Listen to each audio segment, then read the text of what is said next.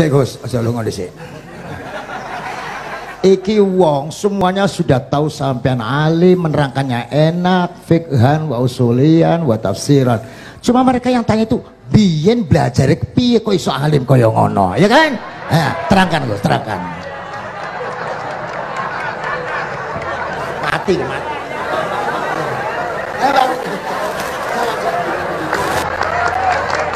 Setuju kan, setuju? Asal dakaik.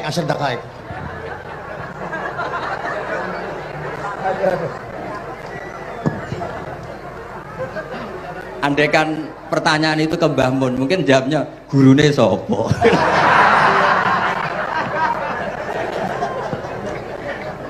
Tapi mungkin kalau ke mbah-mbah saya ya juga babanya nih Biha juga Mbak Abdul Aziz, mungkin putuku. Tapi kalau saya ingin cerita tentang saya paling ya, aku sregep. Yang jelas tuh dari kafadlu yuti apa?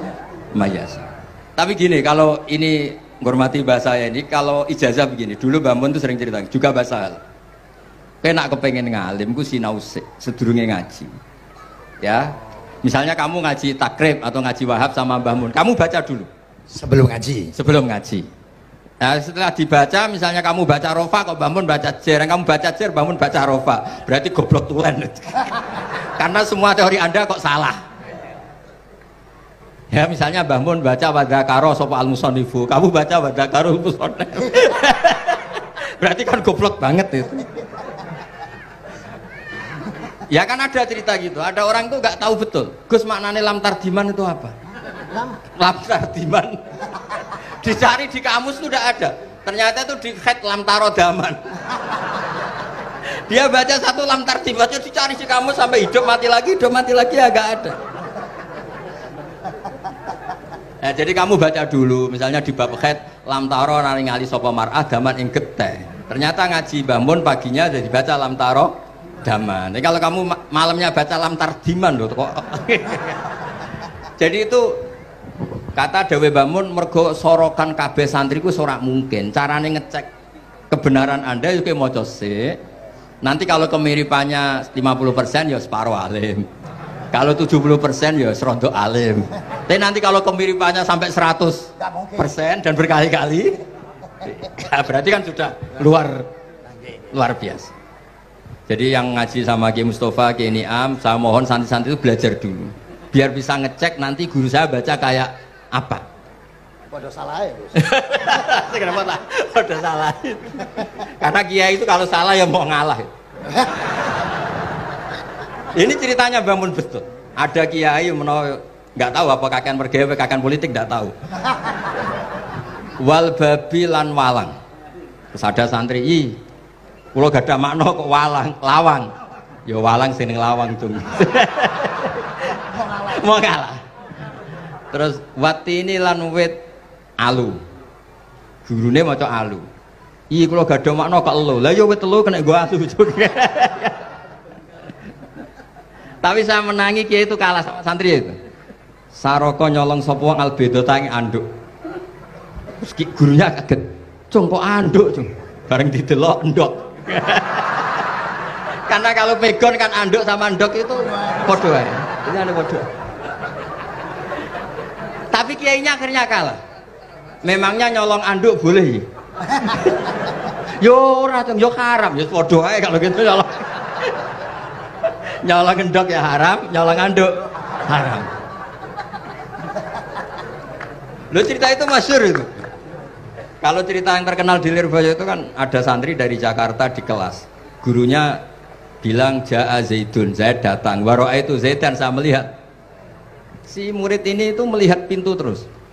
Lama-lama gurunya itu tersinggung. Kamu diajari pelengahan nggak sopan. Habis Ustadz bohong. Lah kenapa bohong? Katanya Ja'a Zaidun, Ro'a itu Zaidan. Zaidnya mana?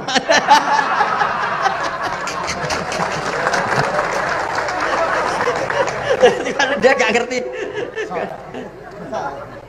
Zaid datang, saya melihat. Mana orangnya kok? Kok dibahas-bahas terus itu?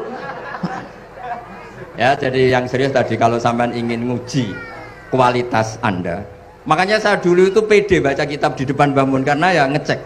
Dan dulu itu Gus Zofur, Gus Kamil sebelum ngaji ya itu mesti sinau sama saya.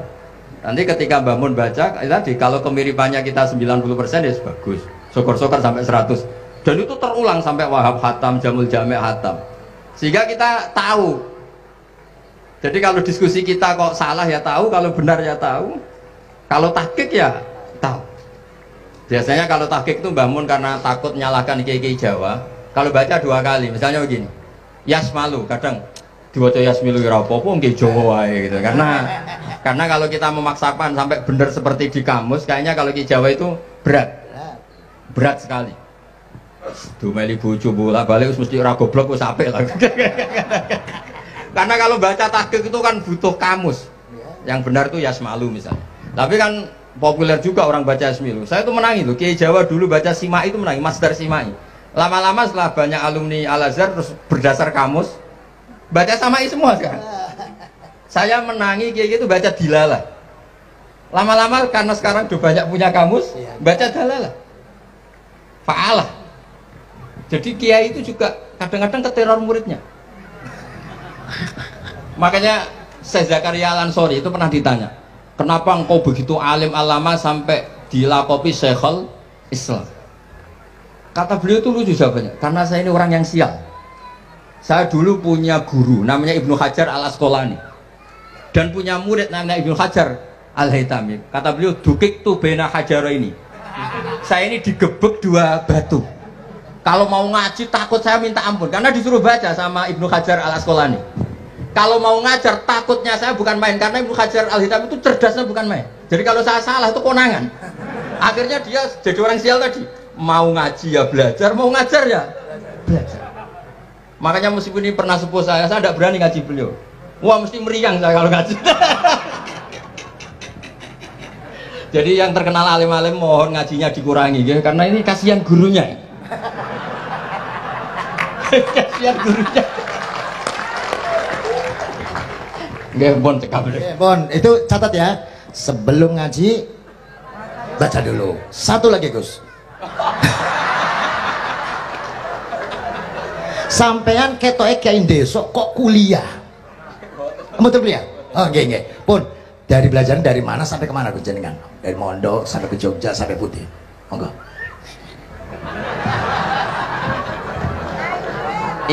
Ini karena sesuai kontrak, nggak boleh nyulaini janji. Sekali aja Sekali tak tekno Gus. Jadi sebetulnya kalau di ilmu, saya kan sering ketemu ahli geologi, ahli sosiologi. Sebetulnya di ilmu kita, saya kan lama di Jogja dan itu yang saya pakai juga ilmu zaman di pesantren. Misalnya sosiologi itu kan ada mukadimahnya Ibnu Khaldun. Itu kan teorinya luar biasa. Misalnya begini, kenapa Rasulullah itu harus dari suku Quraisy, suku yang sangat terhormat di Mekah? Itu secara teori sosiologi loh, bukan teori nubuah. Kata Ibnu Khaldun, Nabi itu mesti final dari kaum itu aneh. Saya ulang lagi, Nabi itu final dari kaum pasti aneh. Nah masa aneh-aneh ini ditoleransi oleh umatnya karena beliau dari suku yang terhormat. Coba kalau dia dari suku, beliau dari suku yang hina, pasti pas aneh-aneh langsung diadili. Ya kalau di NU lah, ndak Gus Dur kok bikin aneh-aneh di NU kan langsung tuntas. Tapi berhubung Gus Dur cucu Mbah Hasyim, orang itu mentoleransi, bahkan mengira jangan-jangan teori beliau lebih baik ketimbang kita. Nah makanya terus kata Ibnu Khaldun, ma ba'atsawu nabiyan illa fi mana'atin min qaumin, tidak ada nabi diutus kecuali dari kaum terbaik supaya masa-masa transisi ini nggak ada perlawanan. Nah, itu namanya sosiologi. Sehingga beliau ngendikan, ini versi tarikh bukan versi Ibnu Khaldun saja. Ketika sahabat disuruh hijrah karena disakiti orang kafir Quraisy, lah engkau sendiri ya Rasulullah, saya ini orang Quraisy, nggak akan ngalami yang seperti Anda alami.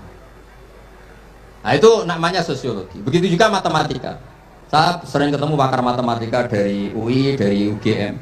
Misalnya bilang zakat kan 2,5% misalnya zakat di Jakarta. Saya bilang kalau ngitung itu porogapit, padahal kita zaman sekolah porogapit itu pantangan. Tapi saya bilang saya punya matematika lebih cepat. Apa itu Pak Bah? Kalau manggil saya Pak Bah. Kalau di kitab disebut rubu'ul usyur apa? Jadi bertahap. Misalnya 1 juta, usurnya akan 100.000. Setelah 100.000 rubuhnya 25.000. Itu kita tidak usah pakai catatan bisa. Nah itu matematika Arab. Makanya orang Arab tuh nggak bisa nulis, tapi matematikanya cepat karena bertahap. Misalnya 1 miliar ya, cari aja usurnya 100 juta. Berarti rubuhnya 25 juta. Berarti 2/5, 2,5-nya 1 miliar itu 25 juta. Tapi kalau orang Arab bilang itu rubul usur. Diusurkan dulu baru dirubuh. Misalnya 6. 2/3 6 berapa? Orang Arab bilang sulusan. 6 sulusnya 2. Sulus 2 kali berarti 4. Sama misalnya zakat zuro. Zakat zuro itu kan al usur sama nisful usur.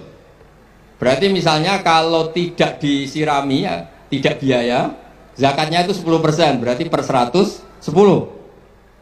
Nah, sekarang kalau 10 ini kan berarti 1/10. Lah nanti kalau disirami pakai biaya namanya nisul usur, berarti 5. Jadi orang Arab itu nggak mau langsung bilang 5, karena kalau 100 dibagi 5 itu jadi 5 itu mikirnya panjang. Jadi diusurkan dulu, terus nanti dibilangkan nisful usur. Jadi ilmu khazanah kita itu sudah luar biasa. Nah, itu makanya terus orang Arab kalau ngitung matematika itu udah usah tulisan, udah usah porogabit, karena bertahap tadi. Jadi misalnya 2,5 bahasannya apa? Rubu'ul usur. 1 miliar, usurnya berapa? 100. Rubuhnya berapa? 25. Nah, ini semoga buatan ngingkari janji. Wassalamualaikum warahmatullahi wabarakatuh. Matur.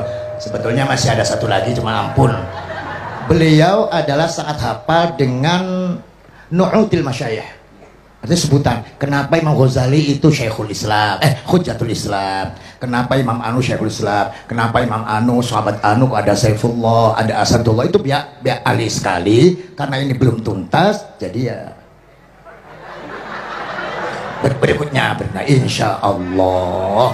Kita mentongakakan, ya Allah, moga-moga Gus Bahar gelem kono ndonga. Jajal dongane Gus Bahar dongane sampean mandindi kira-kira. Matur nuwun Gus, matur nuwun Sayyid, matur nuwun, sangat matur nuwun, sangat Masya Allah. Niki jelas Gus Bahar itu enteng, cepet itu diterimanya ku, kenapa jenenge keterangannya cepat dan lain sebagainya cepat. Oh, enggak ada kayak yang jelimet. Tak kira apalagi saya mendengar dianya saja nggak paham kok. Nah itu. Nah, demikian matur nuwun, sampai kudu matur nuwun sangat wong sing lagi uzlah ora gelem. Luar biasa kita hanya udah selanjutnya atau mau Gus. Kulo sak sedulur sak santri nek pas jenengan donga pas uzlah njaluk ditongakne ngoten mawon. Nah nggih, mboten pun nggih. Sampai itu.